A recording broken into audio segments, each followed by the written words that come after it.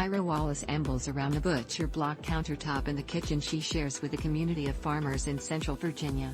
She has separated a single leaf from the large baskets of unusual, parti-colored collard green she got from a friend's farm. Its creamy white veins stretch upward across the green leaf, narrowing as they reach purple-tinged tips. Purple is a color that develops in the winter much more strongly, Wallace explains, as she probes the frost-damaged leaf. But look at that color. And that's anthocyanins. They're supposed to make you healthier. These aren't commercially produced collard greens typically sold in supermarkets or restaurants. Many of the heirloom varieties Wallace and her friends grow are rare, some once teetering on extinction.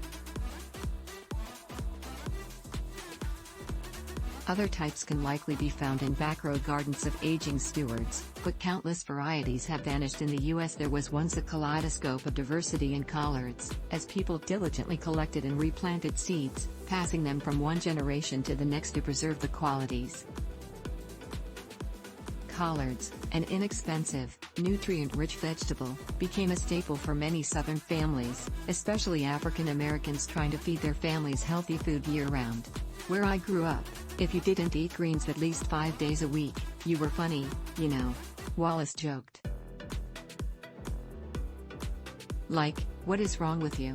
Wallace pulled a lot of those greens from her grandmother's Florida garden, but fewer and fewer Americans cultivate home vegetable gardens these days. There are fewer small farms, too.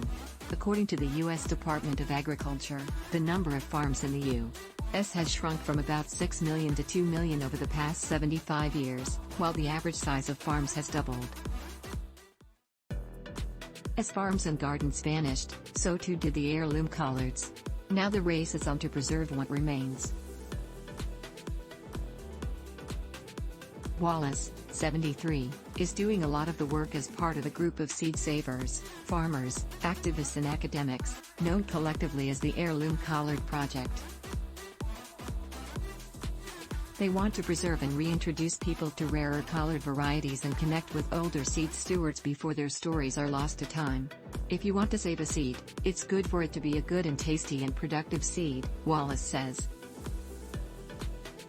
But a seed with the story endures. Collards like Fuzzy's Cabbage Collard, Big Daddy Greasy Green Collard, Granny Hobbs and Tabitha Dykes have been preserved by the Heirloom Collard Project, and each tells an evocative story of stewards who faithfully saved and shaped their collard variety.